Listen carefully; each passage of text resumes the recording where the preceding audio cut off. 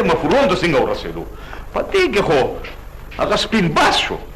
د بازانو د پاللو مشته که نه ملک صاحب ما ته وګوره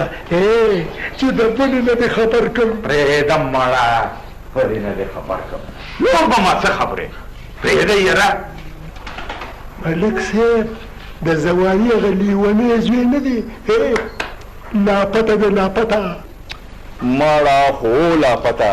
د کلي نه بهر نه اوسه ملک صاحب ما ته وګوره